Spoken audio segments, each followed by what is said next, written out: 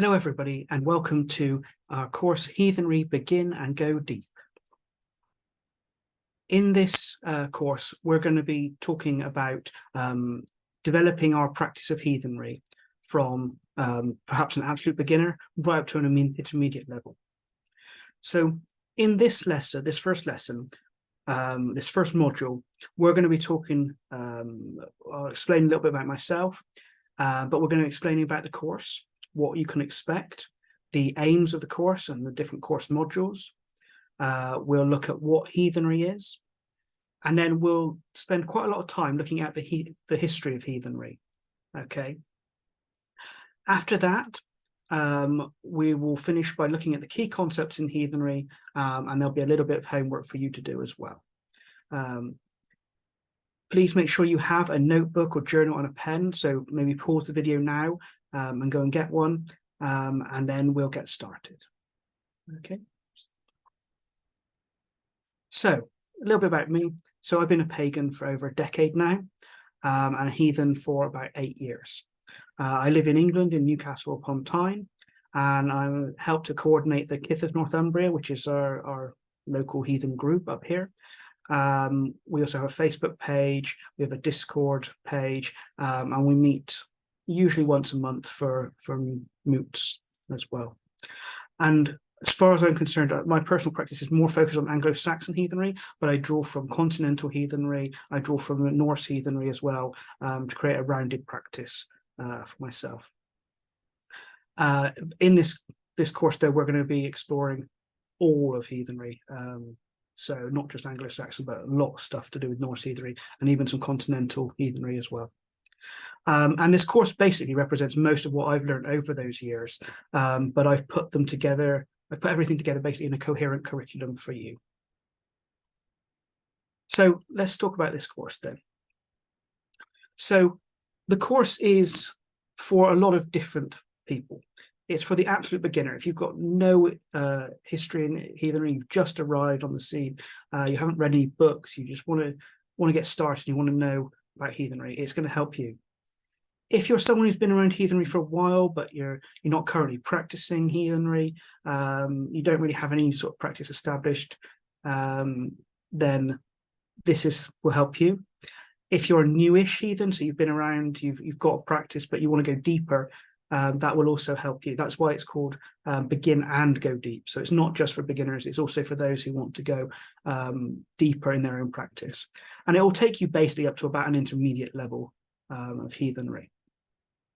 So we look across different Germanic areas. So we're going to have a look at continental heathenry, we're going to have a look at Scandinavian heathenry, we're going to have a look at Anglo-Saxon heathenry.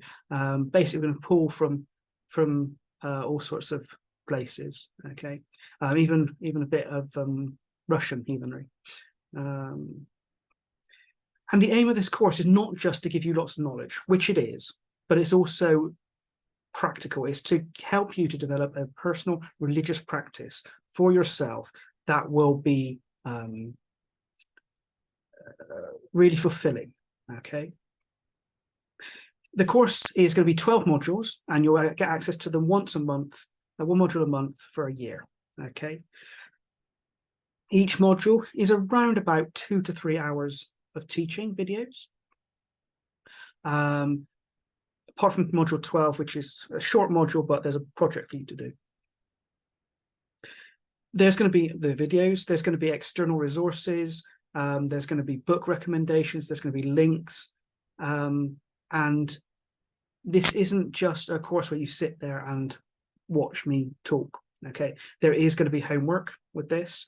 It said heathenry is the religion with homework, and that's certainly true. Hopefully by doing this course, though, it will reduce the amount of homework you have to do, because I've pulled a lot of the information from lots of different books and things that I've read over the time together. So that reduces the amount of stuff you necessarily need to read, okay. In the final module, it's a project, okay. There's going to be different elements to that project. It is an optional thing, you don't have to do it. But if you want to get a diploma out of this course, so at the end of certificate, I can provide a certificate if you want to get that out of this course, or when we develop new courses, if you want to do any of those, you do need to have got the diploma, okay? You do need to have completed that project. It's not difficult, it's more a reflective project, and just so that I can understand whether you've taken the stuff on board, how it's affected your practice, things like that. Books. Now, this course, I've tried to keep it deliberately reasonably priced. However, you are going to be expected to do some reading. There's going to be various academic papers to read, all free, by the way, but there's also going to be some books which I would like you to purchase if you can. It is optional, but I highly recommend that you do purchase them. Not every book, but the ones that you feel are going to really help to deepen your practice in particular areas. You definitely need a journal and a notepad, or a notepad. You need to be taking notes throughout this course. You don't need to write down everything, but you do need to write down the things that you find important, and particularly your reflections, because they're going to be needed for your final project, okay? Now, obviously, you will have access to these course videos, so you can go back and rewatch them and stuff like that. So, yeah, you don't need to take notes on everything, but really important that you do take the key notes of things that stand out to you, things that you need to think about when you're doing practice of heathenry, and your reflections. Now, you can already see on screen that I've got quite a lot of text on the screens. This is going to be the same throughout the module. Where I can reduce the text down, I have. However, I find for me personally, it helps me because I'm more of a visual learner to see the text on the screen. I'm going to try not to just read the text off. There's lots to talk about around the text, but the most important points are on the screen. There is a lot of text, and that is designed deliberately to help those who are visual learners. We've also got lots of pictures as well, which should help. Like I said, you don't need to write down everything, just what you find important. I'm also going to try and do some quarterly live Q&A sessions. So every 3 months or so, if you're part of this course, I'm going to do a live session. You can come and ask me questions in that, or if you can't make it, you can send in your questions, okay? An important thing to note is that we are not covering magic practices in this course. We will briefly touch on divination and the use of runes, but we're not going to talk about runic magic or Seidr or anything like that. I don't feel that I have the required expertise at the moment to teach you that stuff. When I do, I will produce a module on that, or course on that. At the moment, it's going to be about establishing the baseline practices, okay?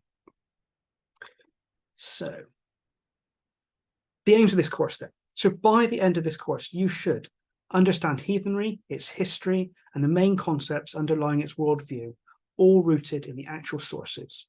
We're going to go through a lot of that today in this first module.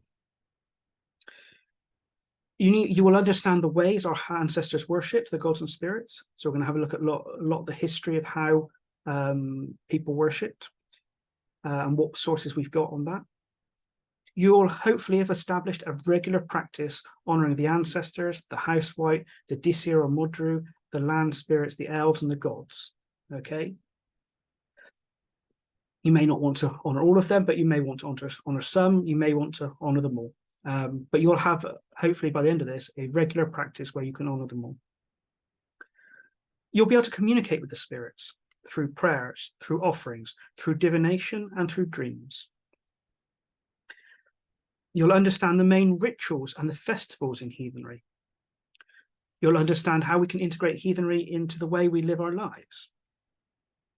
You'll be able to brew mead as an offering in your practice. So if you want to give the gods mead and you want to brew it yourself, we'll go through how to do that. You don't have to, but if you want to, that's an option. And importantly, we'll have a list of the best resources you can use to take the next steps in your heathen journey. So we're going to go quite deep, but there's also still a lot of other resources that you can find. And there's also a lot of bad resources out there. Okay. And we're going to look at what are the good ones to look at. Okay. And that'll be in module 11. We'll do that. So let's look at what these course modules are. So like I said, there's 12 modules, 12 months. Okay, so the first module, the first month is all about the introduction. We're going to look at the history and we're going to look at the key concepts. So these first set of videos, that's what you're going to be looking at. Next, we're going to look at sacred space and cosmology. Third, we're going to have a look at communication. So we're going to look at prayers and offerings. So that's communicating us towards the gods and spirits, and then divination and dreams, which is where they communicate back to us. We're going to have a look at how to honor the ancestors and the housewife, which is like a house spirit, basically. We're going to honor the Modru, the mothers, the Disir, and the elves. We're going to look at honoring the land wights, and we're going to look at honoring the gods. Those are the main spirits of heathenry, okay? And then we're going to dive into ritual practice, how to do a ritual, the key concepts and things to think about when it comes to rituals. We're going to look at the different festivals. We're going to look at how you can live a heathen life in lots of different areas of your life. Then, as I said, we're going to have a look at the recommended resources, where to go next. And finally, you've got a final project to complete if you would like to. Okay, so an important note here. I'm going to read this off the screen. Please note that this is not the only way of doing heathenry. Historically, heathenry varied from place to place and changed considerably over time. What we are doing is seeking to take inspiration from what heathens did in the past and create something that will work for us today. What I'm trying to provide you with here is a foundation on which you can then build a religious practice that works for you and evolves as you discover more over time. Other people will practice in different ways based on what they have read or found works for them. And while I have read widely, I'm not an academic, and there will be sources I'm unaware of, so I'm presenting this course based on the sources as I understand them. I do pull on many academic books, papers, and theories, as you'll see, and I'm confident that by taking this course, and importantly putting what you learn into practice, you will build a satisfying modern religious practice which is rooted firmly in historical lore and archaeology. And also a warning, I don't speak Old Norse, so please bear with me on the pronunciations. I may get them wrong, okay? But basically what I'm trying to say here is heathenry is practiced differently by different people at different times, including in the modern day.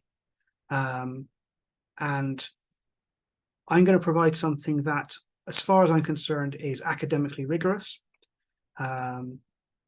but very practical as well. And hopefully that will help you. But you may find it differs from what other people do in some places, and that's completely fine. Everyone has different ways of practicing. We don't have enough sources to say this was definitely exactly what they did. We have a lot of hints and ideas and things, probably a lot more than you'd think, but there is no orthodoxy, I suppose, or orthopraxy. We're trying to reconstruct things from what sources we have, and people see that in different ways. The key thing is, are you going to get something out of this that will really help you? And that is what I'm hoping you will get. Okay, so let's very quickly look at what is heathenry, and then we'll end this video and we'll go on to the next video about the history of heathenry. So firstly, what is heathenry? So heathenry is the pre-Christian religion practiced by the Northern Europeans in the first millennium CE. So we're talking about from 0 CE to about 1000 CE, okay? It covered a whole range of areas: Sweden, Denmark, Norway, Iceland, Germany, England, the Netherlands, the Faroe Islands, the Orkney and Shetland Islands. There's also Viking influence in Ireland, in Scotland, and in Russia. So quite a lot of places to look for heathenry, basically. And it's a modern Reconstructionist religion. It's drawing inspiration from the religious worldviews and the practices of those pre-Christian peoples. So we're not trying to invent from scratch. We are trying to reconstruct what we can from the sources we have. But obviously, those sources are limited, so we're not going to be exactly the same as what we are. So heathenry was a religion in the past, and now it's a modern Reconstructionist religion as well. Okay, drawing on that inspiration of the past. You may hear it referred to as Asatru or Osatru, heathenry, Fernsidu or Fornsed, the Northern tradition, Theodism, Ash, which is Anglo-Saxon heathenry, Al-Sidhu, that's more Saxon heathenry, and so on. You may also come across some terms like Odinism, Odinist. These are, and the folkish, basically. Be very careful about these. They have a lot of roots in racist ideologies, white supremacy. That's not to say that everyone in those groups is, but that's where the roots of that is, and you just very careful if you start getting involved with those. Heathen itself, so the word heathen, it comes from the Old English heathen and the Old Norse heathen, which was probably a derogatory term for someone who wasn't a Christian or who lived on the heathlands. So the original heathens would not have necessarily called themselves heathen. They would probably have called themselves followers of an old tradition or the old customs or something like that. Heathen was really just a derogatory term for people, but it tended to be like the people, like the word pagan, it's the same, was derogatory for people who basically lived in the countryside and followed the old ways instead of the new Christian religion. Okay, so that's where we think it came from. Okay, so I'm going to stop this video here. We're going to look at the history of heathenry next. But that, I hope, gives you an introduction to what the course is going to be about, and what heathenry itself is about.